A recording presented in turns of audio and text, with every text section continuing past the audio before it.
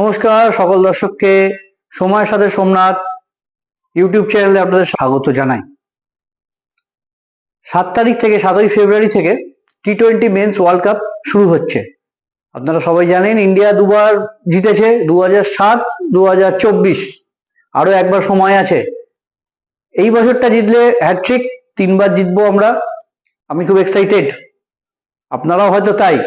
তো কাল থেকে যেহেতু খেলা শুরু টি20 মেন্স ওয়ার্ল্ড কাপ, আমরা একটা খেলার তালিকা আপনাদের সামনে দিচ্ছি, স্ক্রিনশটে রাখুন, দেখে রাখুন, আপনাদের সুবিধা হবে। ইন্ডিয়ার কবে কবে খেলা আছে বা অন্যান্য যদি আমাদের কোনো ফেভারিট দেশ থাকে তার কবে খেলা আছে।